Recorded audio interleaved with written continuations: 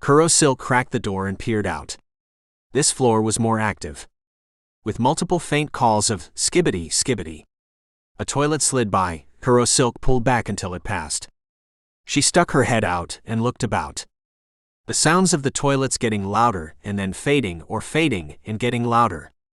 The group darted out their backs against the nearest line of cubicles. As they moved down the line, the silhouette shadows of the Skibidis would appear and move along. Looking back towards the large outer windows, they saw 3 Skibidi businessmen looking out the window, drunk with ties around their heads, clamoring, "Skibidi, Skibidi, Skibidi, Skibidi," as the Skibidi leader moved in front of the building. Kuro Silk's face turned to terror, as did Lex's and Mikaru's faces, as the building shook with the Skibidi leader's bellowing voice of "Skibidi, Skibidi, Skibidi." The 3 rushed and darted behind the end of the cubicles, their backs pressed firmly against the flimsy corporate dividers, as the Skibidi leader's face came even with the windows. The drunk Skibidis cheered louder and louder. The Skibidi leader's head began to rise up as his neck stretched to the top of the roof, as his voice began to reverberate, "Skibidi, Skibidi," in increasing rage. Then the thrumming of helicopter blades began to vibrate in the air as they came closer. The Skibidi leader turned to engage them and moved away from the building. Lex and Mikaru moved quickly to the stairwell door. Kuro Silk stood up and jumped over the corner of the cubicles and with great silent pace went back for the drunk Skibidis at the windows. Poising on bent knees down to their height, she turned her blade even with their heads and thrusted forward, skewering each head one after another in one motion like ripe melons, until all 3 were on her blade like shish kebab. She drew her katana back out, flicking the blood off and sheathing it in the same motion, as she stood up and turned, dashing and flying directly over each cubicle with her long legs and light body frame. Her last jolt landed her by the stairwell door, with Lex grabbing her by her upper arm and sucking her inside out of view. Lex shook his head at her, and then they continued on up the stairs. "My apologies, I just found it too disrespectful to allow it to go," informed Kuro Silk, as she looked down in regret. The group trudged on their long and arduous trek up the stairs to the top of the building. The going was slow. Hours had passed with near-close encounters. Miss Ryoko," Mikaru whispered into her comm. Lex, now in the lead, turned to Mikaru in the middle. "What are you doing?" "It's been so long," Miss Ryoko may be wondering if something has happened to us. "I wanted to let her know we're still all okay and still making our way up," answered Mikaru. "But all I'm getting is static. The comms have trouble working in buildings with a lot of walls and other structures in them, especially if they're thick," replied Kuro Silk. "I wonder how Miss Ryoko made it to the top," announced Mikaru. "She probably roped in by helicopter or made her way up before this building became infested." "When the power was still reliable," retorted Kuro Silk. "And the elevators worked," added Lex. Their legs tired and their feet heavy as they clanked on up the stairs.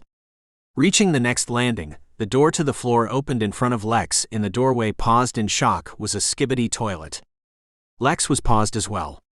Kuro Silk and Mikaru stuck on the stairs.